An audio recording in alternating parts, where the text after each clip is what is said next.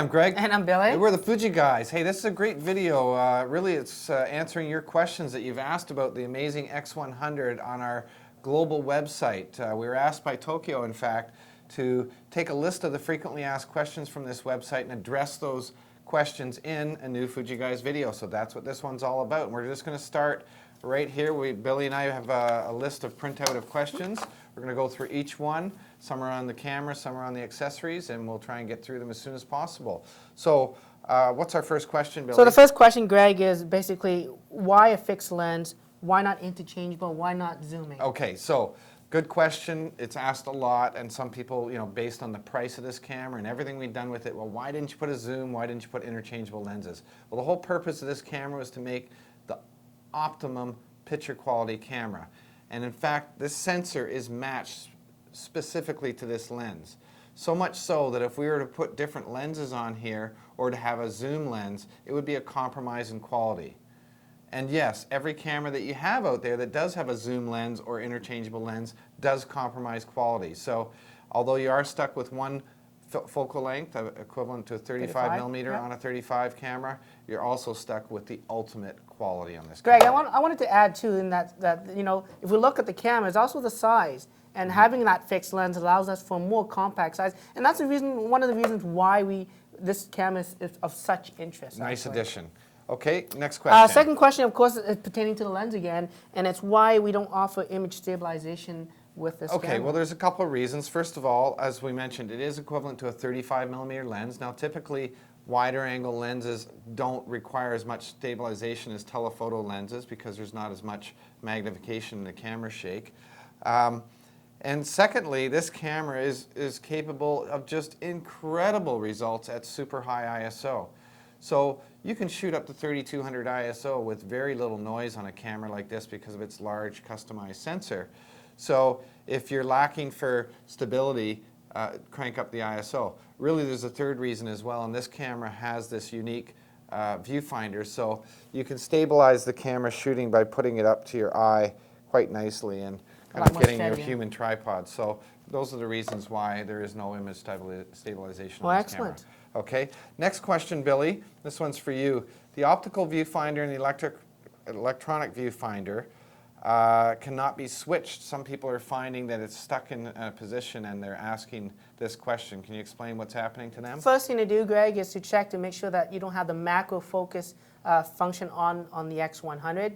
In macro mode, the OVF will be disabled, and that's due to the greater parallax that happens at close-up. So if you are shooting an OVF or the optical viewfinder and you switch or turn the macro button on, it automatically also switches to the EVF.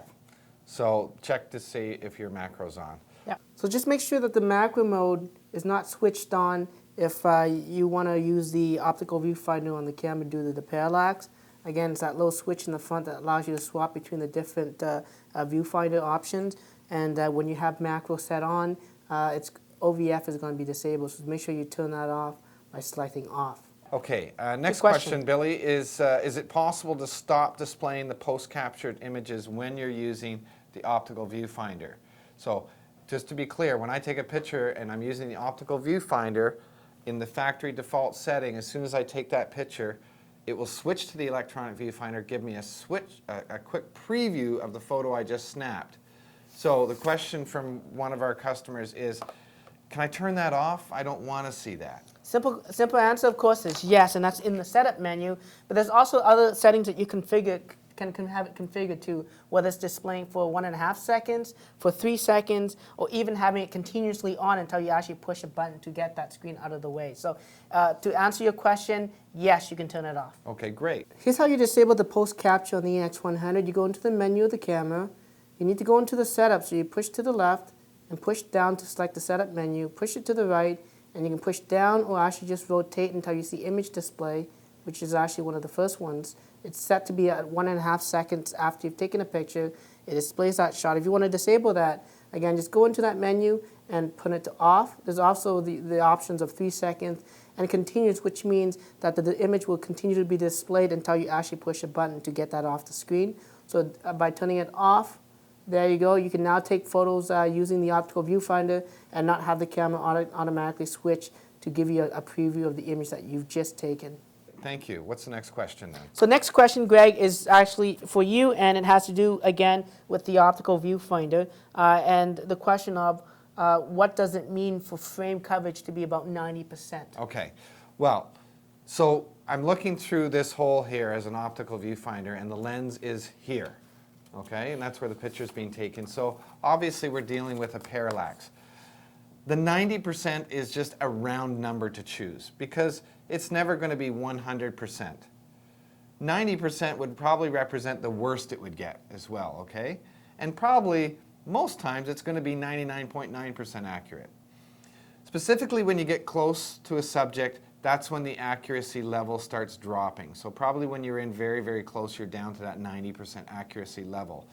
Again, even though the parallax marks shift within the viewfinder, it's still not going to be 100% accurate. Of course, if you use the electronic viewfinder, it is 100% accurate. And that's the benefits of this camera. What you see is what you get. So, course, yeah, the optical viewfinder, although it has many, many benefits, is not 100% accurate, as we call, specifically from about 2 meters in.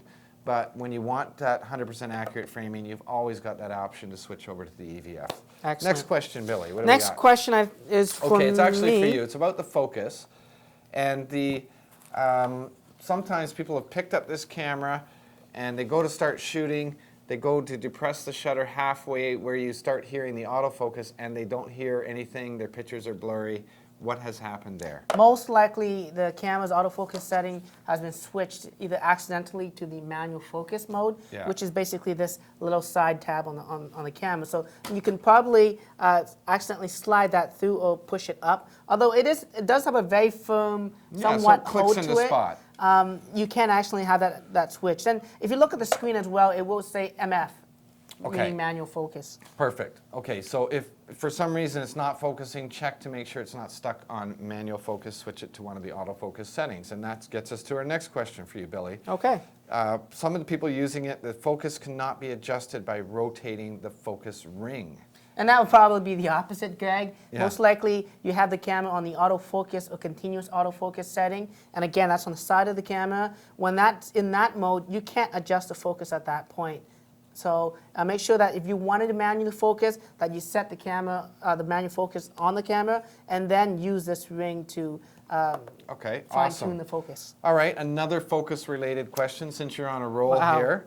How can the focus be adjusted in the manual focus setting easily? Okay, well, my tip for you to properly manual focus with this camera, of course, is to set the camera to the MF or the manual focus mode. Then afterwards, you basically have the ability to move that manual focus point within the screen, and you can do that by holding the AF button and using the command dial or the sort of directional pad to move that to the right area that you want to be at for focusing. Once you have that done, you can push the AFL, AEL button. That actually gives you a one-time quick focus. Right. And once that's done, you push the command lever inwards to zoom in on the subject, and now you can actually fine-tune that focus to the way you want it. Now, if you rotate it slowly, it's going to move in minor increments. If you rotate it fast, it's actually going to jump significantly in terms of the focusing. So you have sort of that fine-tuned but also extra jump to it. So don't be afraid to give it a good little crank to get there where you're going quickly. So just to recap, pre-focused using the AFAE button, and then push the command lever in to enlarge the screen area, so that you can fine-tune the focus. And fine-tune, and if you have quite a ways to go to fine-tune, don't be afraid to turn that a little bit quicker and longer. Or even get out and just do the AF button again. Or do another AF lock-in. Here's a quick tip on how to use the manual focus on the X100. Of course, you need to first turn the focusing mechanism to the MF mode, and as you can see, that square becomes a little bigger. By holding the AF button down, you can move that window left or right through the 49 different points that's available. Of course, using just the LCD screen there. You can also use the electronic viewfinder with the optical viewfinder. Once you're happy with finding your right point, what you then want to do is do an instant focus on the subject by pushing the AFL AEL button. So by pushing that, the camera will do an instant focus, and then you can push the command lever in towards the camera, and now use the actual manual ring on the front to basically fine-tune the focus slowly.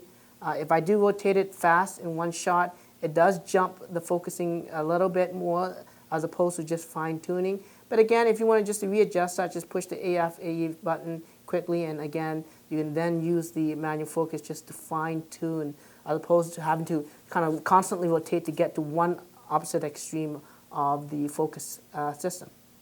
Okay, well, while you're on a roll again, another Whoa. focus. So when using the optical viewfinder, how can the focus be adjusted in manual focus mode?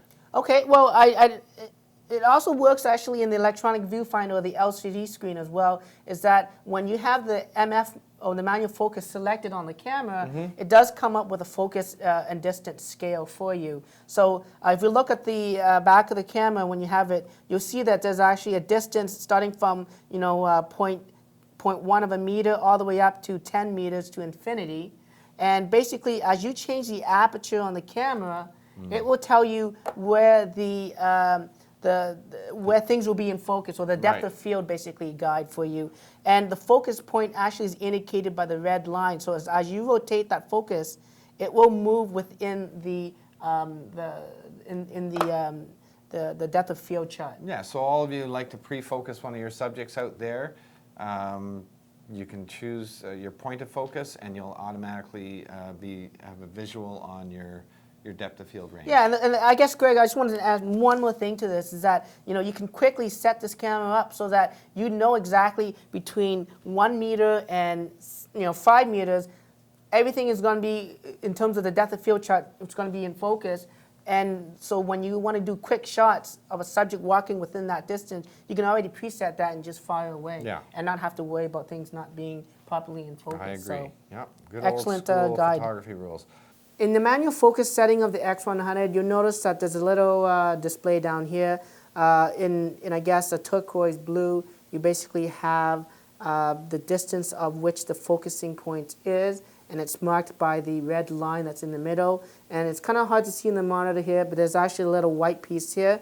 If I adjust the aperture from f2 and I rotate that, the white spot gets bigger and bigger and bigger, and that's basically showing me my depth of field distance. And at this point, at f11, I get about 1.5 meters to about just over 3 meters in distance.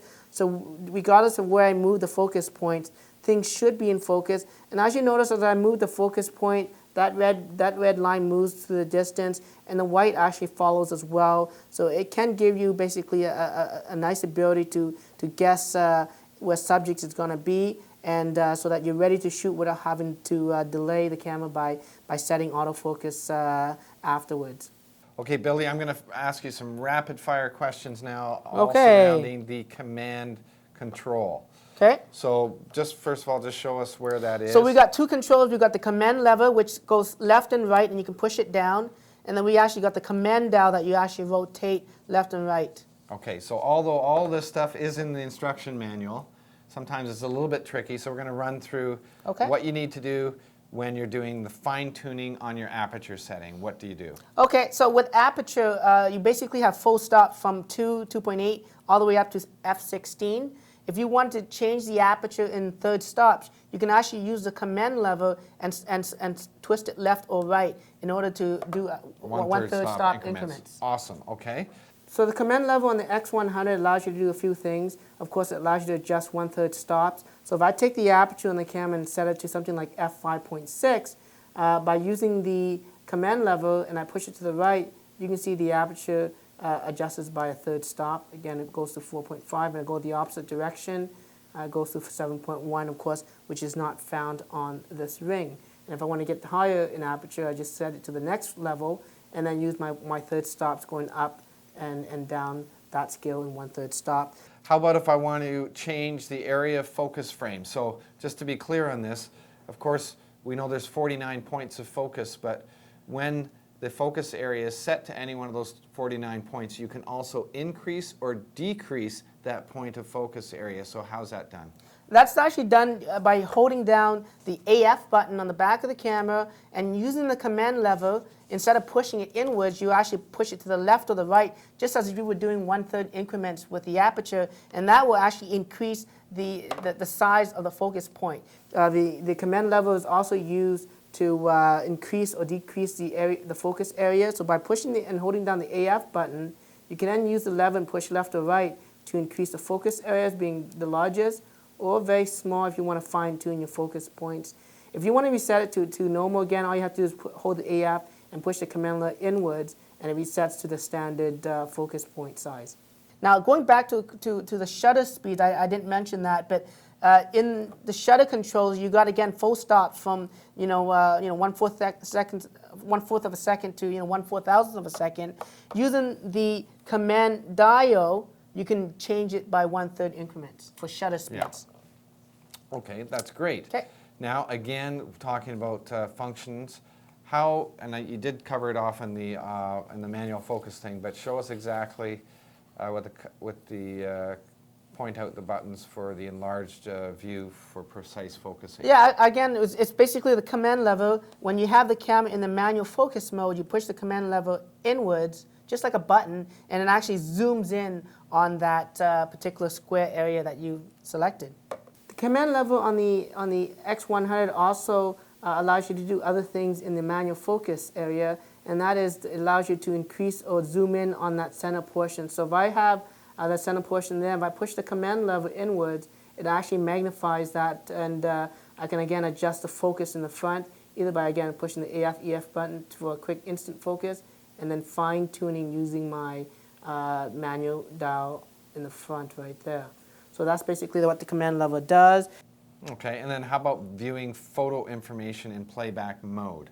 So I'm in the playback mode, I'm looking at my pictures, but I want all the photo information. Well, the simple mode, first of all, is pushing the display button toggles through a bunch of key shooting options. But if you like some digital SLRs, if using the command lever and switching it left or right will bring up other settings that were shot. So dynamic range was at 100%, the color was set to standard. I can switch it, it tells me the metering system, the flash, if it's used or not, the focal range of the camera. Of course, it's always going to be 23 millimeters on that, and also the focus point. So using the command lever and pushing left to right in the playback mode, it's going to give you that additional photographic information or the EXIF data that's being stored on the camera. If I want to read the information, I can push the levers left or right, and it displays the shooting information on the camera. Here you can see I use pattern metering, shot at f2, I had the flash turned off. So again, you can navigate through the different options, just like some DSLRs allow you to do as well. Okay, Greg, so I got a question for you here, and it says basically with ISO sensitivity, number one, how can I change that feature or change that setting on the camera? All right. Okay, well, there's two ways you can change it. You can go into the camera's menu, and you can change it that way.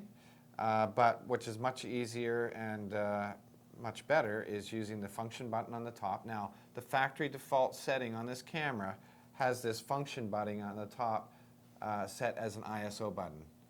I can go in and change the function of that, but if you leave it at ISO, you would simply touch that button at the top. It brings up an ISO scale on the back of the camera, and then you use the mode dial here to get to the ISO of choice. Now, some of you might be wondering, well, where's the auto ISO setting? So I let the camera choose whichever ISO it wants up to a certain ISO.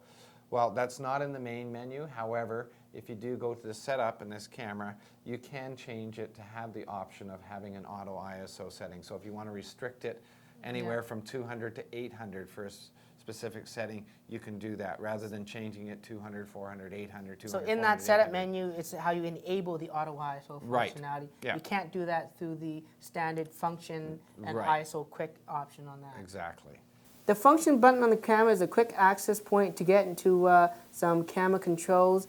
In addition, it defaults actually to give you quick access to the ISO controls on the camera. So by pushing the function button, it brings up the ISO controls. And again, you can use the dials to rotate up and down to select the different ISOs. In this instance, of course, 3200 ISO. Now, if you wanted to change the function button to do something else, you can. You can set it up to be a quick access maybe to the neutral density filter, or even a quick access to access the video mode on this camera. To do that, you go into the menu of the camera, you go into the setup of the camera, and again, you're going to find and scroll until you find, I guess, the function button, which is right there, and push it to the right, and I can select between the different options, a depth of field preview, a self-timer, image size, image quality. I personally like to have the neutral density filter as a selection because I do like to shoot in wide open and outdoors a lot. But of course, the ISO control is also very useful for me. So a lot of times I do leave it at default for the ISO controls right there. Another question for you, Greg, Okay. has to do again with the functionality of the camera. We know everything's all set with manual dials to shoot aperture, shutter, and whatnot. Yeah. But how do we shoot some of the other cool modes on this camera, like dynamic bracketing? Yeah, so there's bracketing modes, there's panoramic, of course there's HD movie shooting. Yes, yeah. Okay, so the quickest way to get when I'm shooting this camera, and I mean these mode dials on the top are strictly, you know, aperture and shutter settings, and a lot of cameras you're used to seeing on this mode dial different shooting modes like panoramic and bracket and everything, but Yeah. they're not there. Okay, what you do That's is a good thing. yeah, it is good. It is very good. But it's very easy to access them because all you need to do in the shooting position, press the mode dial up to this drive setting, and you'll get a number of different modes on the side of the frame there, and you simply scroll this mode dial until you get to the setting you want. So for example, I've stopped on movie there, and now I'm in the movie mode, ready to shoot movies. And a couple of interesting things I'll add about movies. You can change your aperture during movies. Nice. You can use manual focus during movies. So because of the large sensor and the fast lens, you can actually create some pretty cool video effects here. And then combining those with the ability to change aperture as well as set manual focus. And white balance. And white balance as well. Now, one thing I want to clarify, of course, Greg, is that with manual focus during the video mode, is that it's actually set prior to shooting. Of course, yeah. Once you push the shutter button, you can't adjust the focus afterwards Yeah. or during that video recording. Good so that's point. one good point. Another point I wanted to make, Greg, just going back to the ISO and the function button again, is that you can actually set the function button to be a quick access to turn on the movie mode as well. Right. So that can be used that way. And also one last thing, Greg, is the ISO controls is, you know, pushing the function button and using the directional pads to adjust the ISO. When you're in the OVF mode on the camera where it's not electronics and optical viewfinder, you can actually use the command lever by pushing the function button and using the command lever and pushing it left or right. It will also allow you to adjust the aperture right on that sort of heads-up display screen. Of course, the X100 basically has, you know, shutter and aperture controls on the dials. There's really no mode dial for getting into things like, you know, baby mode, angel mode, or anything like that. But it does have some cool little other drive modes, and that's basically access through pushing the directional pad upwards. And as you can see, you can have the 5 frames per second shooting options. You have several bracketing features here. This is auto exposure bracketing. So you also have ISO bracketing, film simulation bracketing, dynamic range bracketing. Here's where you have quick access to the motion panoramic feature that stitches basically in a 180 degree angle as it stitches through. You can just go through that. But of course, it's also a quick access to get into the video mode, and this is where you can basically use, you know, the f2 to give you that nice shallow depth of field and record your HD video with. Yeah, next question's really just, is digital zooming possible? People were asking, people are used to having a digital zoom on a camera. Well, I mean, we all know with digital zoom, it's really cropping the image. You can crop the camera internally by after you've taken the picture. So there is no digital zoom for the shooting aspects of it. However, in the movie mode, you can actually zoom in. So it's a digital zoom, which is just by pushing the AE button in that mode. Enlarges in. So it enlarges a quick. Okay, next question is actually about the battery and how long does the battery last? Looking at using the MP95 fully charged, using CEPA standards, which is a standard that most digital camera companies use to test and rate power consumption, we're looking at about 300 shots per charge with this. With this battery, of course. Any battery-saving tips for this camera, for example, rather than using the EVF versus OVF? Or yeah, if you go into the setup menu of the camera, of course, there's actually a power save mode that you can enable, and that will help to reduce power consumption, of course, on this camera. So check out that if you want to have a longer battery life, of course. You know, 300 shots per charge, for normal people, you know, you can get through the day, but you also have the option to buy extra batteries as well, Greg. Okay. What do we got next there then? Next, it really has to do with accessories. So the first accessory, of course, question is, can we attach, I guess, filters on this camera? Okay, absolutely. So when you buy this camera, in order to attach 49 millimeter diameter filters, I'm first going to remove this ring. I am then going to attach what's known as the adapter ring. And the adapter ring just slides right on there. Now this adapter ring is also going to create the space needed between the surface of the lens. One of our readers before discovered that if he reverses a filter he could screw it in, but we do not recommend that. So right on top of that adapter ring now I can easily screw in any 49 millimeter standard filter. So the answer to your question is yes, you can adapt Now, filters. excellent. And I guess one more question is, what about the hood, Greg? Can we attach the hood with the filter? Absolutely. The hood is not a screw-in, it's rather a bayonet, so it goes over top of the filter. Perfect. So yes, of course Excellent. you can use it. And you can even get access to a polarizing filter through some of these little holes here that give you a little bit of space. Excellent. So there's Perfect. your question answered about filters. On the front of the X100, of course, is a little metal cap that you can actually rotate off. And as you notice, as I unscrew this little piece, it allows us for a little thread here to attach the adapter ring to the camera, so you can screw it in this way. And then once you have that on, you can now attach basically any 49 millimeter filters to it.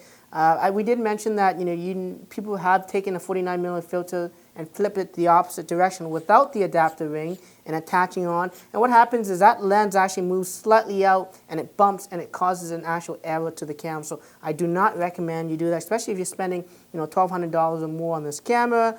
You want to protect your investment by buying a true adapter ring for this camera.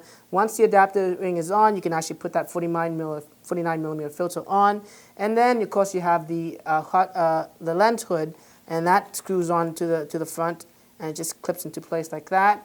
And of course you can have both the adapter ring, the filter, and the lens hood all in one, and that's basically how the camera looks like. As you can see, very cool styling. And it's, again, all aluminum construction for that lens hood and adapter ring. So what do we got next? I just wanted to quote one more thing. I think people are asking about this as well, and it's not really on this list, is really just the lens cap doesn't fit with the lens hood. So you do have to remove the hood off Okay, in so order that's to a good put that point. in. So yes, you can't fit it in the case with the filters in and everything. Well, You've got to take the that lid doesn't off. really fit with that, so you got to take off the adapter ring. That's why we do offer a little pouch for the lens hood and the adapter that's included.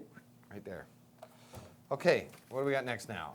Okay, next question is got to do with, I guess, more accessories, and that's with wide conversion and telephoto lenses. We get a lot of questions on that, Greg. Well, this camera, of course, I cannot remove this lens and replace it with another Fuji lens that's made for this camera.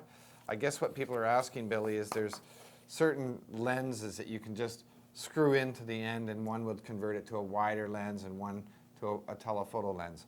So we do not make these.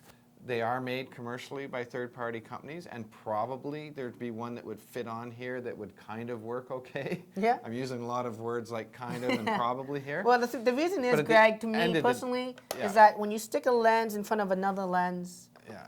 you come into issue. At the end of the day, the reason people are buying this camera is for its superb optical quality, and it would really be doing a disservice to take a third-party wide-angle attachment and put it on here, although it might work. So we're not recommending it. If you want to play around with it, go ahead. Good, excellent. What do we got next? Next question has to do with the case. I can see we have the beautiful case there. Yeah. Maybe you can show me how that kind of works. Okay, the well, ever-ready case, I guess. It's an ever-ready case, and that was really designed back in the day with the older style cameras. I love the you way it can looks, take though. The top part off and still you have a fully functional camera here. It's Nice. all leather matching leather strap. As Billy mentioned, if you do have certain accessories like the lens hood on, you'll need to remove it before putting the case on.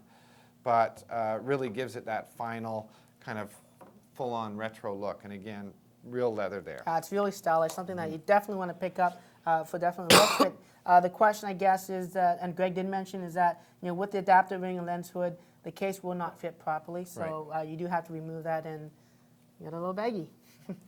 There you go. Greg, I got one more question for you. Okay. And it's got to do with, well, I guess we answered that, which is with the adapter ring. Oh, no, sorry, it's now the second accessory. Sorry, Greg. Text is so small. The flash? The flash. So Okay. the camera offers TTL. It doesn't look like a standard Nikon pin No. or Canon pin configuration. So tell me a little bit about Okay, that, Greg. so we've got two flash units, the EF20 and the EF42, okay? Each of them have different feature sets. The EF20 will bounce up to 90 degrees, okay? Nice. Both of them function on totally automatic on TTL, or you can use them on aperture preferred for TTL. Or you can set them manually, but it's a little bit trickier there. Each of the flashes also have an EV control, Nice. so I can kind of bracket the output of my flash instead of taking light meter readings and flash meter readings and things like that. So the smaller of the two flash, the EF20, and then the larger version has got a few extra features. Of course, both of them have a wide-angle adapter on the front. This one will disperse the angle down to the equivalent of a 28 millimeter. Nice. Let's just show them that, Greg, while you swap the Okay. other one. So that thing flips right in front, and there you go, little wide angle adapter. And of course, the angle in terms of what it floats up to be, it's 0, 45, 60, 70, Of course, they and click 90 into degrees. different It's king of spots. place. Also, they take, for this particular one, 2 AA batteries. Good. What about that one, This Greg? one, while we're talking, we'll go in reverse, takes 4 AA batteries. Okay. It can tilt up to 90 degrees, but also you have a 270-degree swivel. Okay, so they're very, very versatile. This one has a higher guide number. It also has the ability to do EV fluctuation, so if you want to kind of bracket with your flash and have different output. Yep. And I also should mention that, yeah, this is a unique Fuji TTL system, okay? So it's unique from Nikon and Canon and all the other cameras that have dedicated flash systems. But it is, both of these flashes do work on some of our other Fuji cameras like the HS20 EXR. Yeah, it supports it full TTL as well. Exactly. Of course, these cameras will fit on other cameras with hot shoe, but you have to manually set. Right, so the flashes So- are universal to a degree, but they really are designed specifically for the X100 Yep. and other Fuji cameras, current and future Yeah, cameras. more specifications. Just take a look at some charts that we're going to post for you about the Yeah, two this flash goes through the units. kind of the guide number and a couple of other specifications that we were talking about there, so I would look at that. Excellent, Greg. And I guess battery life too. Just quickly mentioning, we're looking at about 200 shots per charge, just using standard alkaline batteries for kind of both the flash units, Greg. Right. Which is about Yep. give or take a few. Okay, Billy, the next question is actually around the flashes as well. And inside the menu of this camera, there's what's known as the commander mode for the flash. There's been some confusion over that. Some people think that it's setting up the camera to send wireless signals to studio flashes. Indeed, that's not the case, but just explain to me what's happening when I set this camera to commander mode for flash. So in external flash setting, and you put commander, and it goes on commander, what that means really is that the camera will not do a pre-flash. So if you're looking at remotely triggering external flash units that react by other camera flash, if we didn't have that mode on, it does a pre-flash, it tricks those external flashes, and we end up with a black picture. Yeah, they don't So fire too soon. by turning on the commander mode, it disables the pre-flash, and so when we actually take the photo with this camera and the flash goes off, it properly triggers any other units out there that use onboard flash units to be triggered All on. synchronized. The camera offers, of course, a TTL support for 2 external flashes from Fujifilm. People have been asking if within the camera itself there's actually a commander feature and what it actually does. Of course, if to get into that mode, of course, you go into the menu of the camera, and if you just scroll down until you get to external flash, right there, it's on off. If you move it over, and you have 2 options, of course. If you use an external flash from Fuji, you'd have it on and attached. But there's also the second option, which is called on commander. And to clarify what that actually does, of course, there is no pre-flash that's sent off of the camera, so it optically triggers any studio flash that is optically triggered. Sorry about that. So the flash fires on the camera, but it doesn't do a pre-flash, and it optically is triggering the studio flash so that you can get a sync. Of course, you can also just buy a little PC sync connection on top of this hot shoe, and connect it to a studio lighting system if you wanted to do that. Now, last but not least, before we wrap this up, Billy, Yes. again, maybe I am using it in a studio. I don't want to use the battery. I want to use it on AC adapter. Can you explain how someone would go about hooking this up for an AC adapter? So of course the camera uses an MP95 battery. You notice on the side of the camera there's a little tab that you pull out to the edge, Okay. and what that allows you to do is actually put a coupler into the camera. It's an MP95 coupler, and we can actually close the battery now. Okay. We now have a port for an AC adapter where using this Fuji 5-volt adapter we can plug it in and power the camera using AC. Yeah. So great for studio. Oops, sorry, I had that completely off. Yeah, that little notch is cut out there so There that you we can go. close it with So no that's- problem. There we go. All right, excellent. Let me lock that up. Okay. There we go. So at the bottom of the camera, of course, here I have serial number 1 for North America. And again, this is basically going to be a collector's item for me. I can flip out the battery door right there, and you can see that's where the MP95 battery goes into, as well as the SD slot. You notice this little piece right here that kind of pops open in place. And what that's really meant to do is to insert the power coupler in order to allow for an AC adapter to power the camera in. So the battery would actually go out of the camera, and like some SLRs, the coupler piece goes right into it, and the wire strings out, and when you close that lid, of course, that door can properly shut, and now you can connect an AC adapter to the camera. So yeah, so that's basically that little notch that you see by the battery cover is if you wanted to. And then another old school accessory Billy's got in his hand is a standard manual threading type cable release. So just tell us a little bit about Yeah, what's this is involved not with one that. of the questions that I like to push this on is that, people ask me about, remotely triggering the camera. There is no infrared, there is no radio. So how does it work? Basically old school wire. You push that cable release, and it actually physically pushes a wire to push that shutter button in. And the cool thing about these cable releases is that, if you're doing